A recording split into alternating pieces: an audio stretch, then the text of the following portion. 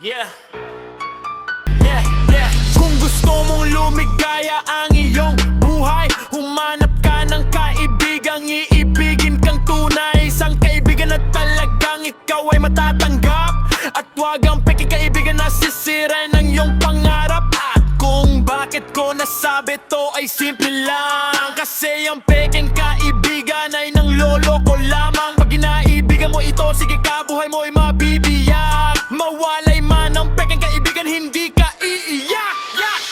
Para ipatunay ko ito, meron akong sasabihin sa'yo. Peking kaibigan na sinasabi ang aking mga sikreto. Isa din siyang mangloloko, kaya iniiwasan ko kasi naubos ang pera ko. Kaya pakinggan mo ang sinasabi ko, tunay na kaibigan ang piliin mo.